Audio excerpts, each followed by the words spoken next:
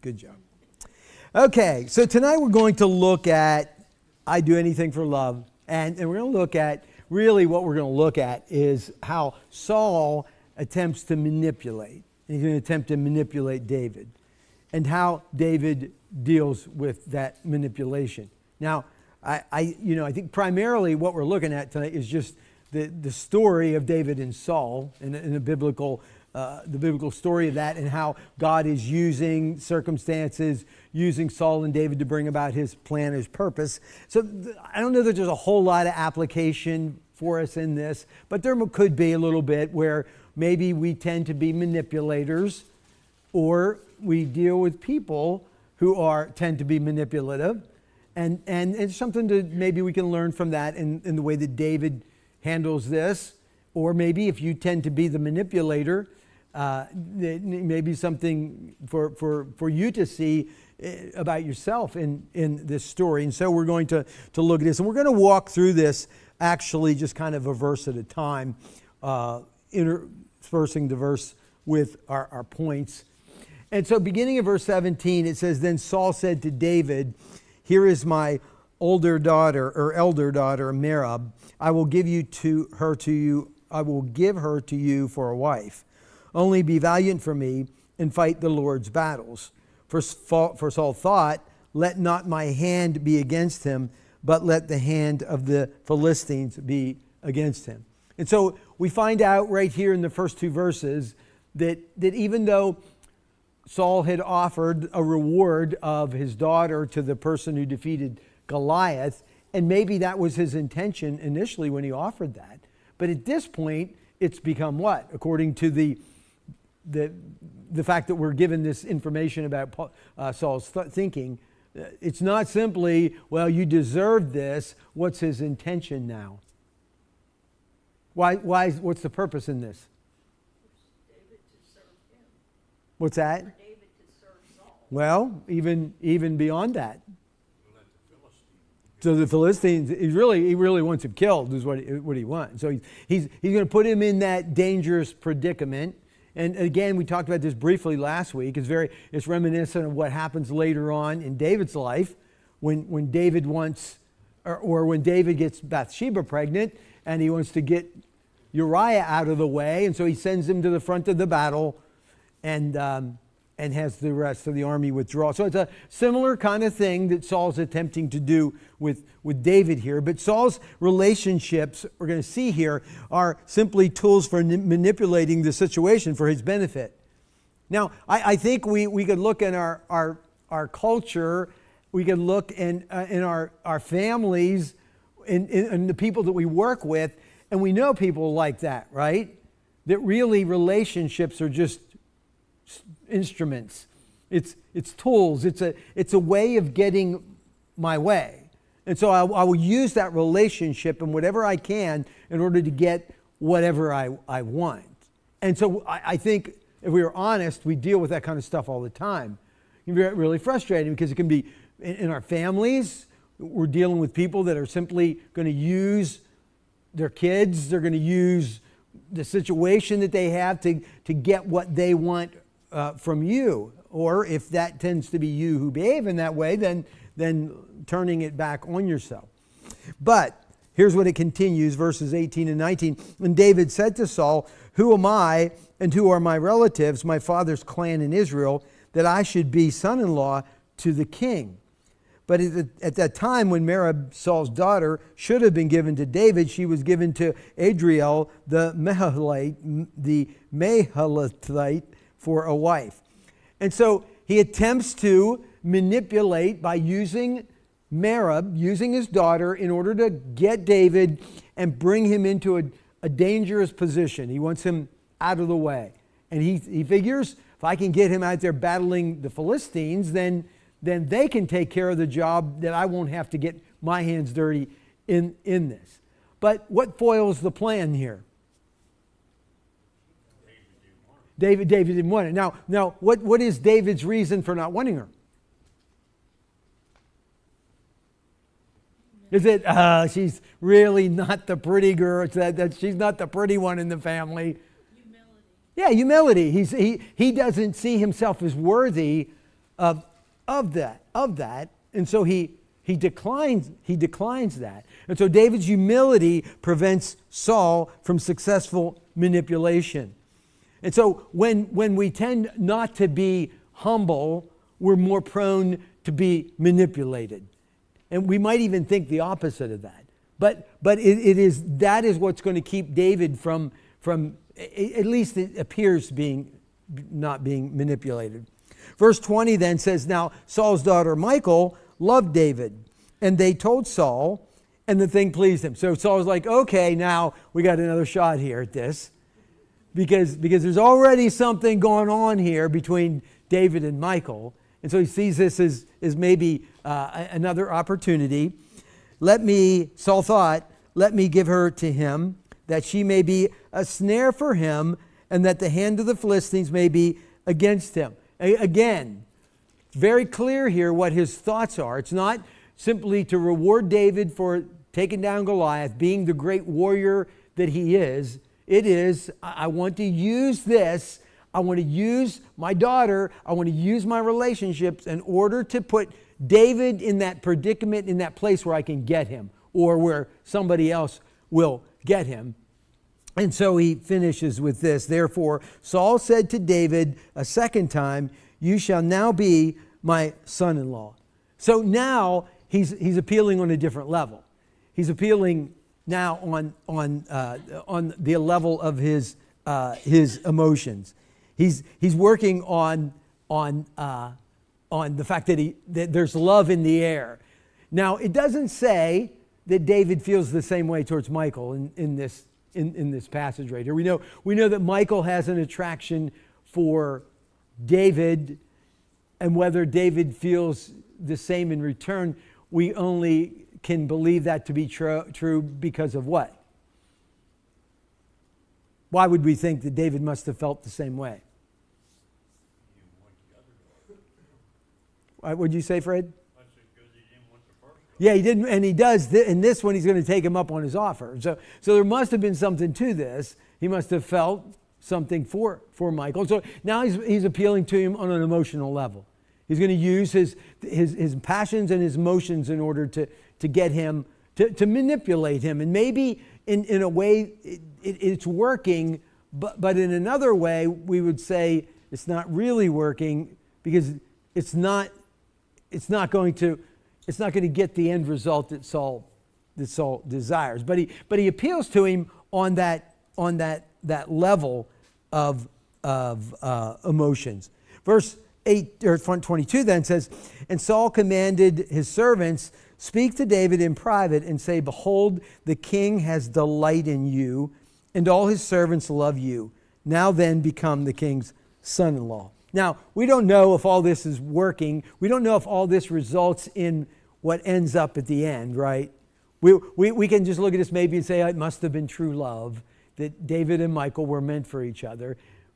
But it's possible that all of the precursor to this, all that's happening beforehand, the appeal on emotions, the appeal here, is successful in bringing this about. We can only guess that, speculate on that. But what's happening now? What is being utilized here in order to manipulate David, to get David into the place that he wants him to be? Getting his servants to schmooze David. Schmooze. So Saul appeals to David through schmoozing. That's the answer there. Or we would say flattery. Yeah, that's right. He's flattering towards them. He's saying nice things to him, nice things about him. In fact, whether they really feel this way or not, we don't know for sure. Whether they really like David, even though it seems like David's pretty highly regarded, but this obviously is orchestrated, and in that Saul is instructed his servants to do this, to say nice things. Tell him how much we love him. Tell him how much we like him. Tell him how much all of us just think he's the greatest. Shirley? It said that he commanded his servants. So it was almost like an order. He didn't Yeah. sound like Well, he wanted to give yeah, right. talk nice to him Yeah, right. It was a command. Yeah, that's right. That's right. Yeah. So there maybe even their willingness to do this is really just, well, the king said we had to do this. You know, they maybe don't feel that way about him. What we know about David, it does seem that he was respected and thought highly of. So I don't think it would have been an extreme, thought that he was highly thought of. They really do. But they're laying it on thick. They're giving it to him to really encourage him to move forward with this. So if go back to the beginning, why wouldn't he accept the first wife? He was humble. He was humility. And this doesn't mean he's not humble, but in some way they've overcome the humility. And part of the way of overcoming that is to say, man, you are so well thought of. The king just loves you. And everyone in the kingdom just loves you. And so all of that maybe is in some way going to overcome his humility to help him to move forward. Now, I believe behind all this, God is working. I don't think that Saul is successful simply because of the tactics and manipulative things that he's done. This is all part of God's plan in order that David would end up marrying the king's daughter, Michal, I believe. So verse 23 and 24 then says, and Saul's servants spoke those words in the ears of David, and David said, does it seem to you a little thing to become the king's son-in-law, since I am a poor man and have no reputation? And the servants of Saul told him thus, and so did David speak. Then Saul said, thus shall you say to David. Well, first of all, what has emerged here? What barrier has emerged here in Saul's manipulative plan? What has resurfaced? Well, David's humility. His humility has come back. I shouldn't say it's come back. His humility, though, is what has now become the roadblock. Because this is what Saul wants to happen. And now the same thing that he said about Merab, he's saying now about Michal. Who am I to be married to the king's daughter? And so his humility now, again, is becoming that which is an obstacle to Saul's manipulative ways.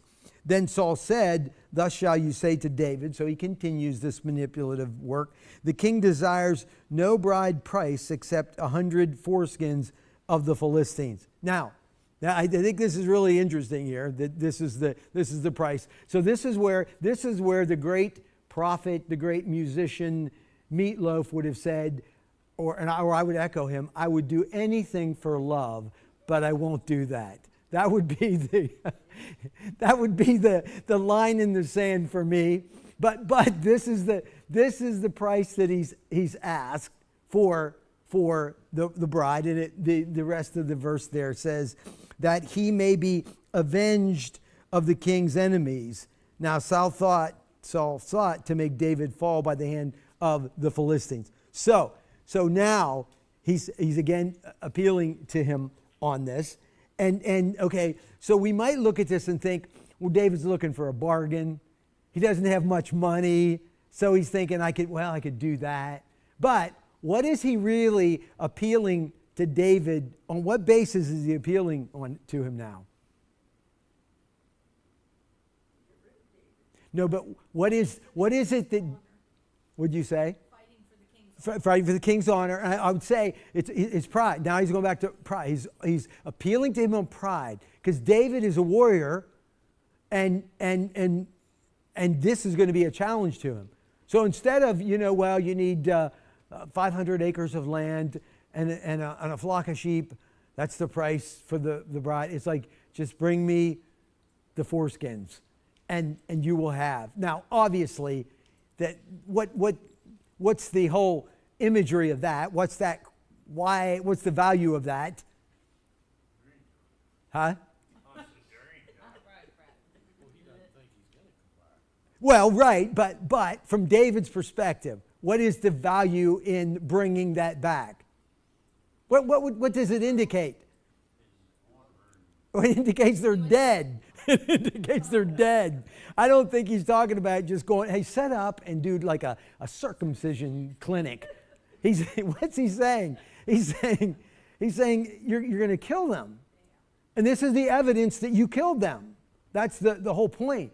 And so David, as a warrior, that there's going to be an appeal to that.